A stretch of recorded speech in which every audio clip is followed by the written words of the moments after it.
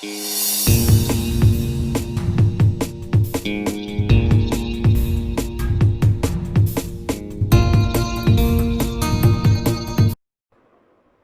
everyone, today I'm going to teach you how to write the number 3.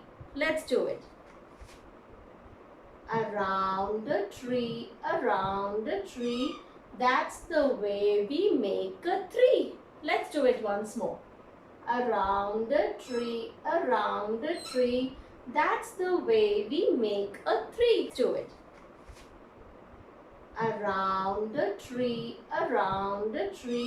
that's the way we make a 3. Let's do it once more. Around a tree, that's the way we make a 3. Isn't that easy?